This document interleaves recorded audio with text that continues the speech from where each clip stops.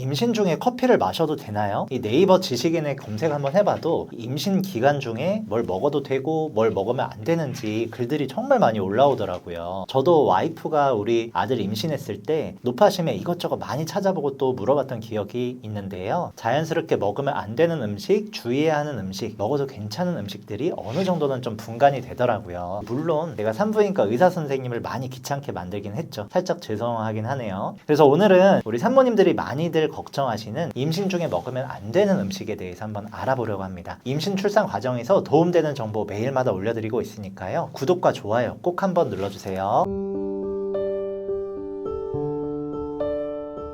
첫 번째로는 당연히 술입니다. 이미 술은 유산이나 조산, 저체중아 출산, 심한 경우 인지행동발달 장애나 정신지체 장애, 기형아 출생들을 유발한다고 잘 알려져 있잖아요. 그래서 당연히 이 임신 기간 중에는 술을 먹으면 안 된다는 걸 여러분들께서 잘 알고 계시죠. 하지만 이 임신 초기에 산부인과를 가보지 않았거나 아니면 임신 테스트기를 해보지 않았다면 임신인 거를 모르고 지나칠 수도 있잖아요. 그래서 맘카페나 이런 데 보면은 임신 2주 뒤에 뒤늦게 알게 되거나 하는 경우 임신인지 모르고 술 마셨는데 어떻게 하죠? 라는 질문들이 좀 많이 올라오더라고요. 제가 잘 아는 산부인과 의사에게 물어봤더니 임신 초기에 소량의 알코올이 괜찮다고는 할 수는 없다라고 하시더라고요. 그렇다고 임신인 줄 모르고 소량만 마신 경우를 또 아이에게 치명적이다 라고 할 수도 없다 라는 좀 모호한 말씀을 해주셨습니다. 그래서 이미 지난 일에 걱정하지 말고 임신 확인 후부터는 한 모금도 입에 안 대면 된다라고 안심하라고 하셨거든요. 태아는 성인과 달리 콩팥이나 간이 완전히 발달하지 않은 상태라서 알코올 분해 능력이 없다고 하는데요. 이 임신 초기의 소량은 치명적인 피해를 만들지는 않지만 알코올에 지속적으로 장기간 노출되는 경우에는 문제가 생길 수도 있다고 해요. 태반을 통해서 엄마가 먹은 알코올이 양수랑 태아에게 전달되고 아이는 뱃속에서 이 양수를 먹고 소변 배출을 하고 다시 양수를 먹는 이런 순환 과정이 있는데요. 이럴 때마다 알코올 분해 능력이 없는 태아의 체내에는 알코올이 계속 쌓이게 된다고 합니다. 이런 경우 중추신경계 이상이나 세포 분열 과정에서 안 좋은 영향을 끼쳐서 기형아 출생을 야기할 수 있다고 하네요. 그러니까 임신인 줄 모르고 마신 소량의 양은 어쩔 수는 없지만 임신임을 알았다면 절대로 술을 입에 대시면 안 되겠죠. 그런데 이 요리할 때 생선 비린내나 잡내를 제거하기 위해서 맛술 사용하시잖아요. 많은 분들이 맛술에 함유된 알코올이 적어서 음식 조리할 때 가열되는 높은 열로 금방 증발돼서 없어진다고 생각하시는데 사실은 이게 아니라고 해요. 실제로 시간이 지나도 맛술로 인해서 알코올이 음식에 남아있다고 합니다. 2시간 정도 끓이게 되면 5% 정도, 그거보다 짧으면 10%에서 40% 정도가 남아있다고 하네요. 그렇다고 맛술을 아예 쓰지 말라는 건 아니고 이 음식을 조리할 때 어느 정도 좀 주의는 기울여야겠죠. 음식 조리할 때 쓰는 한두 스푼은 너무 소량이니까 이거는 괜찮다고 하니까요. 그동안 아무 생각 없이 맛술 썼다고 해서 걱정하실 필요는 없을 것 같습니다. 다음은 커피입니다. 실제로 네이버 지식인에도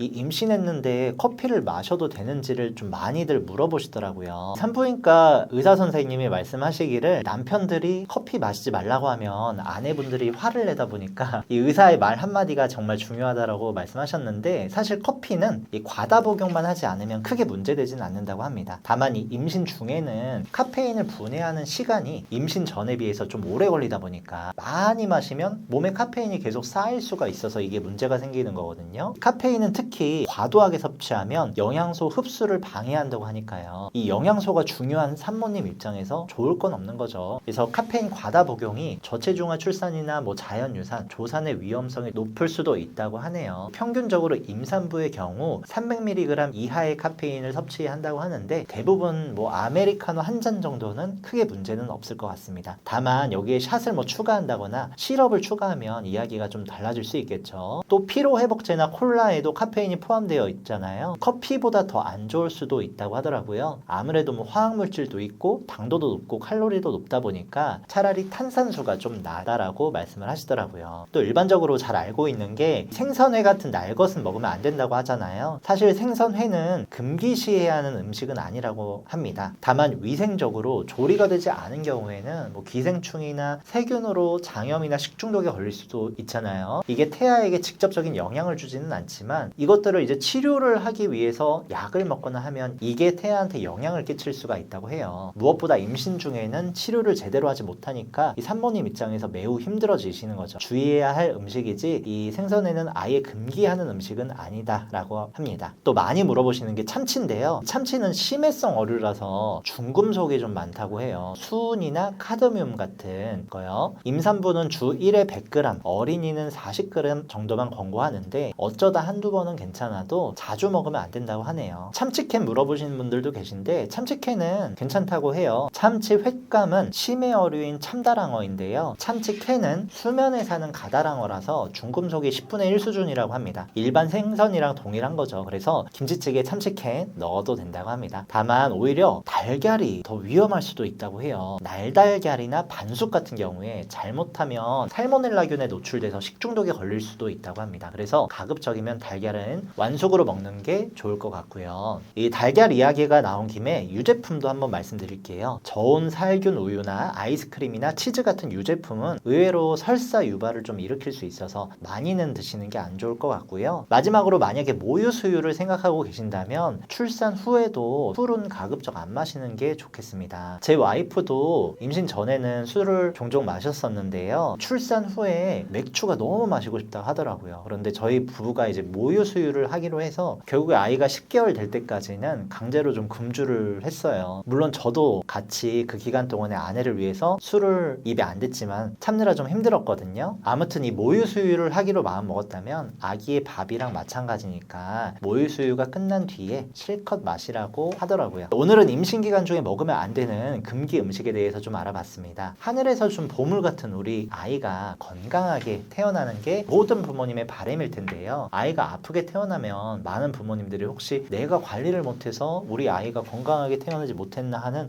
죄책감을 가지시더라고요. 혹시 내가 그때 먹은 이것 때문인가 하시면서요. 그러다 보니까 이 더더욱 식단 관리를 중요하게 생각하시는데요. 의사 선생님 말씀에 따르면 대부분 우리가 먹는 음식은 크게 영향을 끼치진 않는다고 해요. 그러니까 뭐 술이나 커피 같은 음식 아니라면 너무 걱정하면서 스트레스 받아가면서 음식을 골라 먹을 필요는 없는 거죠. 오히려 스트레스가 이 태아에게 더 안 좋다고도 말씀하시더라고요. 저희 아빠 바빠는 다음에 또 알찬 정보들로 돌아오겠고요. 궁금한 내용 있으시면 언제든 댓글로 남겨주세요. 이번 영상 도움 되셨다면 구독과 좋아요 꼭 한번 눌러주세요. 감사합니다.